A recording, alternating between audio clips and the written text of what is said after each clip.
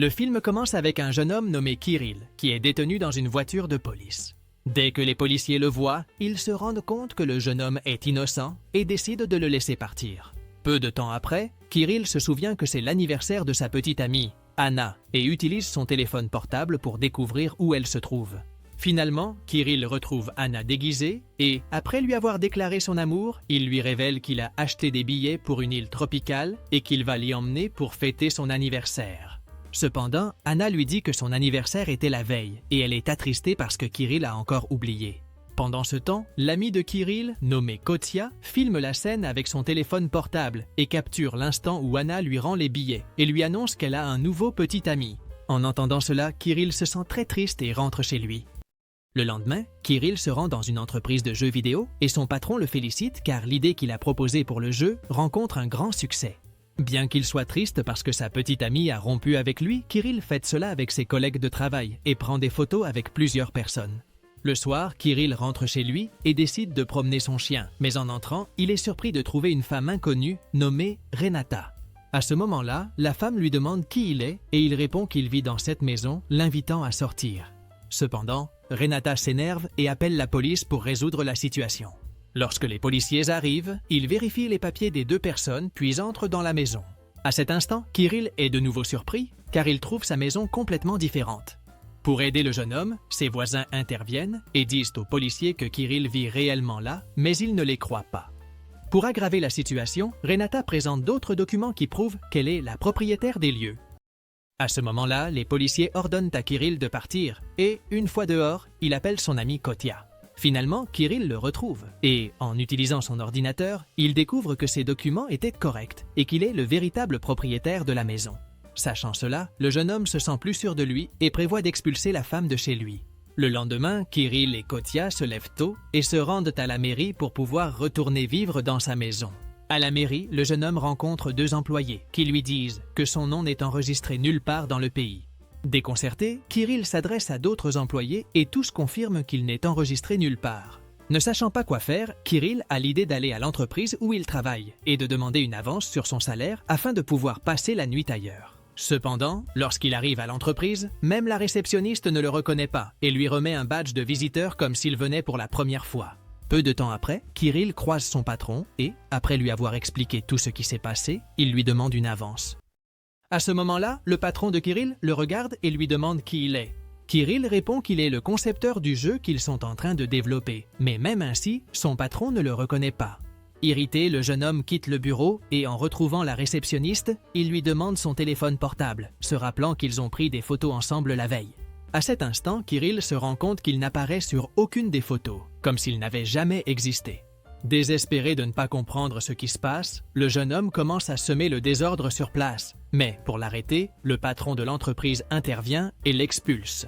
Plus tard, Kirill retrouve Kotia et, pensant que son ami plaisante, le jeune homme l'insulte en lui demandant d'arrêter immédiatement. Ne reconnaissant pas Kirill, Kotia lui donne un peu d'argent et lui demande de partir. Finalement, Kirill décide d'appeler son père, qui, heureusement, se souvenait encore de lui. Cependant, lorsqu'il le retrouve, il se rend compte que son père ne le reconnaît plus et agit comme s'il était un inconnu. Kirill essaie de lui rappeler qu'il est son fils, mais l'homme répond qu'il n'a pas d'enfant.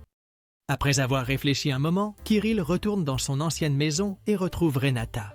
Sachant qu'elle a quelque chose à voir avec ce qui se passe, Kirill lui demande de dire la vérité et la femme répond que, n'ayant plus rien, elle a décidé de vivre dans sa maison. Furieux, Kirill l'oblige à raconter ce qu'elle a fait de sa vie, mais la femme se contente de dire qu'il est déjà prêt, puis le force à en finir avec elle. Préoccupé par ce qui vient de se passer, Kirill tente de s'échapper, mais il est frappé par un voisin qui a entendu Renata demander de l'aide. Quelques instants plus tard, Kirill se réveille et se rend compte qu'il a remonté le temps, car il est à nouveau enfermé dans la voiture de police. Après avoir été libéré par les policiers, Kirill se souvient de sa rencontre avec Anna, mais en regardant son téléphone, il se rend compte que l'appareil lui indiquait un endroit différent de celui où il devait aller. En suivant la nouvelle localisation, le jeune homme arrive à une ancienne tour et, en entrant, il trouve un matelas au 2e étage. Comme il était très fatigué, Kirill décide de dormir et, à son réveil, il se rend compte qu'il se trouve dans un autre endroit. Soudain, quelqu'un commence à frapper à une porte et, lorsqu'il l'ouvre, Kirill est accueilli par un livreur qui lui remet quelques lettres. Déconcerté, Kirill demande si les lettres étaient vraiment pour lui, et à ce moment-là, Renata, qui était vivante, apparaît et confirme que les lettres lui appartiennent. Voyant que Kirill était surpris, Renata commence à lui dire la vérité et révèle que la tour sert de portail interdimensionnel vers d'autres mondes et qu'il est le nouveau gardien de l'endroit. De plus, Renata dit au jeune homme qu'il possède d'incroyables super-pouvoirs, mais Kirill ne la croit pas. Pour le lui prouver, Renata lui demande de sortir des vêtements neufs de l'armoire, mais Kirill se rend compte que le meuble est vide. Alors, Renata lui demande de l'ouvrir une fois de plus et dès que Kirill le fait, plusieurs vêtements apparaissent. Après cela, Renata lui explique qu'en plus d'être le gardien, il est aussi un agent des douanes et qu'il devra lire les règles inscrites sur les cartes. Déconcerté, Kirill refuse et dit qu'il va rentrer chez lui, mais Renata l'avertit qu'il ne pourra pas le faire, car il est recherché par la police. En se remémorant les derniers événements, Kirill décide de rester dans la tour, mais ordonne à Renata de partir. Peu de temps après, Kirill ouvre les cartes et commence à lire certaines règles du gardien. Cependant, soudainement, une fontaine d'eau s'active et, curieux, Kirill essaie de la toucher. À ce moment-là, le jeune homme est surpris, car il se rend compte qu'il peut contrôler le mouvement de l'eau avec ses mains. Après cela, Kirill sort de la tour et se rend compte qu'il se trouvait dans un monde appelé Kim Gim. Après avoir pris des photos de l'endroit, Kirill appelle Kotia et lui dit qu'il est intéressé par un travail en tant que photographe. Finalement, Kotia retrouve Kirill et lui dit que les photos qu'il a prises sont impressionnantes. Intéressé, Kotia dit à Kirill qu'il veut voir où les photos ont été prises et le jeune homme l'emmène jusqu'à la tour où ils se téléportent à Kim Gim. En découvrant l'endroit, Kotia est impressionné et Kirill décide de lui montrer ses nouveaux pouvoirs avec lesquels il peut matérialiser tout ce qu'il souhaite, y compris la bouteille de vin la plus chère du monde. Alors qu'ils discutaient, un homme apparaît dans la tour et dit qu'il a besoin d'envoyer un matériau dans un autre monde. Comme Kirill est un agent des douanes de ce monde, il fait son travail et fait payer l'homme pour qu'il puisse transporter le matériau. Après cela, l'homme s'en va et peu de temps après, d'autres personnes apparaissent. En ouvrant la porte, Kirill est surpris car il se rend compte qu'il s'agit de sa petite amie Anna, mais pour une raison inconnue, elle ne se souvenait pas de lui. De plus, Kirill remarque qu'Anna était accompagnée d'un homme nommé Anton et, lorsque le jeune homme demande la raison de leur visite, ils répondent qu'ils étaient là pour faire du tourisme. Aussitôt qu'Anna et Anton partent, Kirill et Kotia les suivent et se rendent compte qu'ils sont allés dans un endroit pour dîner. En entrant dans l'endroit, Kirill et Kotia sont surpris par une poupée géante qui tente de les attaquer. En utilisant ses pouvoirs, Kirill se bat contre la poupée, mais à ce moment-là, elle utilise une fusée et s'échappe de l'endroit. Après cela, Kirill et Kotia montent à l'étage supérieur et rencontrent une femme nommée Rose. Rose révèle au jeune homme que le combat qu'il a eu avec la poupée était une épreuve et qu'il l'a réussi. Cependant, Rose remarque que Kirill s'est blessé, alors elle l'emmène dans une baignoire où il se rétablit complètement.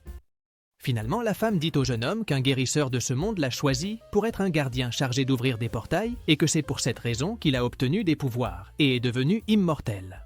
De plus, Rose lui explique qu'en tant que gardien, son identité a été effacée du monde réel afin de le protéger, lui et sa famille. Plus tard, avant de partir, Kirill voit Anton et Anna en train de dîner et il devient jaloux d'eux. Le lendemain, Kirill se réveille dans la tour et se rend compte qu'il se trouve sur l'île tropicale où il devait voyager avec Anna. Heureux, Kirill nage dans la mer, mais il retourne ensuite à la tour parce que quelqu'un frappait à la porte. Lorsqu'il ouvre, il se rend compte qu'il s'agit d'Anton, qui lui demande de signer un contrat stipulant qu'il ne pourra plus jamais retourner dans le monde réel. De plus, Anton lui demande de ne violer aucune règle, sinon il devra faire face à de graves problèmes. Plus tard, Renata arrive avec une équipe d'inspection et constate que tout est en ordre. Après cela, Renata remet à Kirill un collier et lui dit que cet objet l'empêchera de s'éloigner trop de la tour. Renata lui explique également que, comme la tour est connectée à lui, il s'affaiblira s'il s'éloigne de plus de 15 km. Après le départ de Renata, Kirill désobéit à ses ordres et, une fois arrivé en ville, il essaie de découvrir où vivent ses parents, car il lui manque. Après avoir découvert l'emplacement, il prend le train jusqu'à l'endroit, mais en s'éloignant trop de la tour, sa peau commence à devenir transparente et il s'affaiblit à cause du collier. Heureusement, quelques personnes l'aident et lui donnent un peu d'eau, ce qui lui redonne de l'énergie. Finalement, Kirill arrive chez ses parents, mais ceux-ci ne le reconnaissent pas.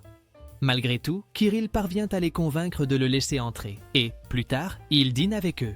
Le lendemain, à la tour, Anton arrive avec Anna parce qu'elle voulait aller sur l'île où Kirill s'est rendu grâce au portail qu'il a ouvert. Pendant qu'Anna s'amuse sur l'île, Kirill parvient à piéger Anton avec la source d'eau et lui demande pourquoi il s'implique avec Anna. Anton dit qu'il n'a aucune relation avec Anna, et, en entendant cela, Kirill le libère de la source d'eau. Le lendemain, Kirill rencontre Anna et lui dit qu'il a ouvert un portail vers l'île en pensant à elle. De plus, Kirill lui révèle qu'il est amoureux et qu'il veut sortir avec elle. Curieuse, Anna demande au jeune homme s'ils se connaissaient déjà auparavant et Kirill répond que oui. Grâce à cela, les deux s'amusent ensemble et commencent à se rapprocher à nouveau. Plus tard, Kirill et Anna vont à une fête organisée pour le jeune homme et là, Rose apparaît et emmène Anna ailleurs. Ensuite, Kirill voit un homme jouer au billard et décide de lui parler. Au cours de la conversation, l'homme se présente comme Félix et dit qu'il a également été agent des douanes dans ce monde, mais que les conservateurs l'ont renvoyé. À cela, Kirill demande ce que veulent les conservateurs, et Félix répond que leur souhait est qu'un agent ouvre un portail vers un monde connu sous le nom d'Arcane. Félix ajoute également qu'Arcane est un monde mystérieux et qu'aucun agent des douanes n'a réussi à ouvrir un portail vers cet endroit. En entendant cela, Kirill demande s'il est possible de cesser d'être un agent, et Félix répond que oui, il suffit simplement de se débarrasser du collier qu'il porte autour du cou. Cependant, Félix l'avertit que s'il fait cela, il aura de sérieux problèmes. Pendant qu'ils discutaient, Renata croise Anna et lui dit qu'elle n'est pas la bienvenue. Suite à cela, Anna quitte les lieux et plus tard, elle est aperçue par un ami d'Anton qui lui propose de la raccompagner chez elle. Cependant, Anna ne se rend pas compte qu'il s'agit d'un piège et l'ami d'Anton la kidnappe. Plus tard, une inspectrice rend visite à Kirill dans la tour et lui demande d'ouvrir un portail vers Arcane. En s'enquérant du lieu, l'inspectrice explique qu'Arcane était un monde parfait, mais qu'il a été détruit à cause d'une bataille. De plus, l'inspectrice révèle qu'Arcane est une copie du monde réel, mais qu'il se trouve 30 ans dans le futur. C'est pourquoi l'inspectrice explique que l'objectif des conservateurs est d'analyser ce qui s'est passé à Arcane afin d'éviter que la même chose ne se produise dans leur propre monde. Le lendemain, Kirill reçoit un message d'Anton qui lui demande de voyager à travers les portails pour retrouver Anna. Sur ce, Kirill ouvre un portail et se rend dans le monde où les agents étaient punis pour ne pas avoir respecté les règles. Là-bas, Kirill rencontre une femme nommée Vassilisa, qui était l'une des employées de l'endroit. La femme raconte au jeune homme que tous les agents qui arrivent dans ce monde sont hypnotisés et commencent à la voir comme la chef de ce monde.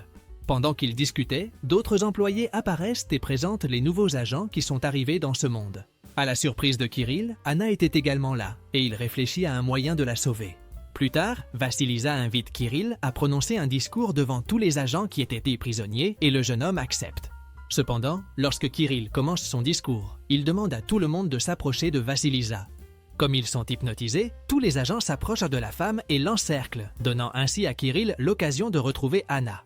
Dès qu'il arrive près d'elle, Kirill l'emmène au loin, mais ils sont finalement arrêtés par Vassilisa, qui dit au jeune homme que s'il emmène Anna, il y aura de graves conséquences. Heureusement, à ce moment-là, les agents prisonniers entourent à nouveau Vassilisa, ce qui donne à Kirill et Anna l'occasion de s'échapper. Plus tard, Kirill emmène Anna à la tour et, alors qu'il s'occupe d'elle, quelqu'un frappe à la porte. Quand il va ouvrir, Kirill se rend compte qu'il s'agit de Kotia et, à cet instant, celui-ci active le collier de Kirill, qui commence à le blesser. Dès que Kotia révèle être un curateur, Kirill tente de l'attaquer, mais il se défend avec ses pouvoirs. Ensuite, Kotia dit à Kirill qu'il ne partira pas et, pour le punir, il réduit la distance à laquelle le jeune homme peut sortir de la tour à seulement 50 mètres. Dès que Kotia s'en va, Kirill ouvre le portail vers l'île tropicale afin de pouvoir la soigner en utilisant l'eau. Le lendemain, Kirill décide d'enlever le collier de son cou pour que Kotia ne le découvre pas. Après cela, le jeune homme ouvre un nouveau portail et arrive dans un monde futuriste. Finalement, Kirill rencontre un habitant de ce monde qui s'appelle également Kirill et l'accueille en lui disant qu'il se trouve à Arcane. Pendant qu'ils discutaient, le Kirill du monde d'Arcane dit que l'endroit où il se trouve est le véritable monde et que les autres mondes ne sont que des copies. De plus, il mentionne qu'ils ont créé les autres mondes pour prévenir d'éventuelles batailles et faire d'Arcane un monde parfait.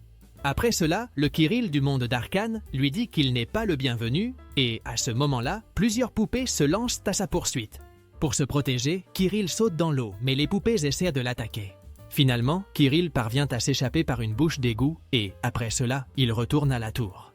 Lorsqu'il essaie de récupérer ses pouvoirs en utilisant l'eau de la fontaine, Renata apparaît et l'en empêche. En se rendant compte qu'Anna n'était pas là, Kirill demande à Renata où elle se trouve et la femme lui répond qu'elle l'a emmenée dans un autre monde. Irrité, Kirill se bat avec Renata et, à ce moment-là, le jeune homme parvient à la frapper et l'achève. À cause de cela, la tour s'effondre et, à ce moment-là, Kirill reçoit un appel de sa mère et le jeune homme se rend compte que son identité a été restaurée. Dans la scène finale, Kirill retrouve Kotia et dit qu'il doit entrer dans un portail pour retrouver Anna. Cependant, Kotia lui dit que sans la tour, il ne pourra plus voyager vers d'autres portails et qu'il devra donc rencontrer Félix car il est le seul à pouvoir l'aider. En entendant cela, Kirill accepte et ainsi le film se termine. Si cette vidéo t'a plu, n'oublie pas de t'abonner à la chaîne, de mettre un like et profitant pour découvrir d'autres résumés incroyables qui sont disponibles pour toi. Je vous dis au revoir pour l'instant et on se retrouve dans la prochaine vidéo.